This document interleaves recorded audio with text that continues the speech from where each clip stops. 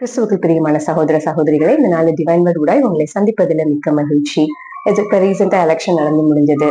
அது result announce பண்ற வரைக்கும் யாரு ஜெயிச்சாங்கன்னு தெரியாது.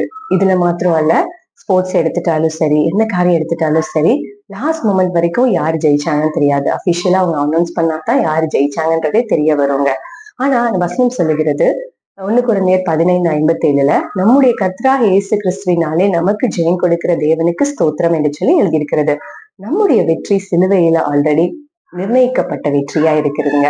தாவீது எடுத்துக்கொண்டீங்க அப்படின்னா, ஒரு பெரிய அரக்கன் கோலியாத் முன்னாடி போய் சண்டைக்கு நிக்கிறான். அவன் சிறு பையன் தாவீது என்ன தைரியத்துல போய் நிக்கிறான் அப்படின்னு பாத்தீங்கன்னா, ஜீவனுள்ள தேவனுடைய நாமத்தினால அவன் நிக்கிறாங்க.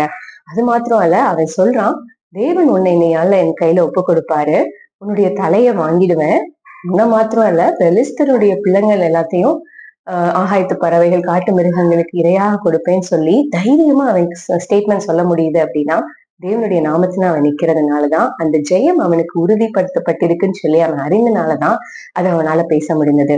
இந்த நாட்களிலும் நம்மளுடைய சூழ்நிலைகள் எதுவா இருந்தாலும் நமக்கு தேவன் ஜெயம் கொடுத்திருக்கிறார். சிலுவையில ஜெயத்தை சம்பாதித்து கொடுத்திருக்கிறார். நமக்கு கேரண்டியான ஒன்று. அதை நம்பி நீங்க ஆண்டவருடைய நாமத்தினால நீங்க நின்னீங்க அப்படின்னு சொன்னா, அது எந்த ஒரு யுத்தக்களமா இருந்தாலும் வெற்றி உங்களுக்கு தாங்க. எலெக்ஷனா இருக்கட்டும், இல்ல என்ன ஒரு ஸ்போர்ட்ஸோ எதுனாலும் சரி, ஜெயிச்சாங்க அப்படின்னு சொன்னா அந்த தனிப்பட்ட நபருக்கு தான் அதிகாரம், ஆளுகை, பரிசு, வெகுமதி, சகல நன்மைகள் எல்லாம் தேடி வரும். புகழ், பேரு எல்லாம் வருங்க. ஆனா கர்த்தராகிய இயேசு கிறிஸ்து சிலுவையில வெற்றியை சம்பாதிச்சு கொடுத்துட்டாரு. அவர் எல்லா பேரு, புகழ், செல்வாக்கு எல்லாத்தையும் அவர் எடுத்துக்கலங்க. எல்லாவற்றையும், ஆளுகை, அதிகாரம் எல்லாத்தையும் நமக்கு கொடுத்துட்டாரு. அவரு ஜஸ்ட் சிம்பிளா ஜெயிச்சு கொடுத்துட்டாரு. மீறி எல்லாத்தையும் நம்ம அனுபவிக்கும்படியா கொடுத்துட்டாருங்க.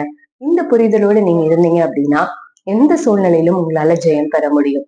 நம்முடைய கர்த்தராகிய இயேசு கிறிஸ்துவினாலே நமக்கு ஜெயம் கொடுக்கிற தேவனுக்கு ஸ்தோத்திரம். கர்த்தர் உங்களை ஆசீர்வதிப்பார். God bless you.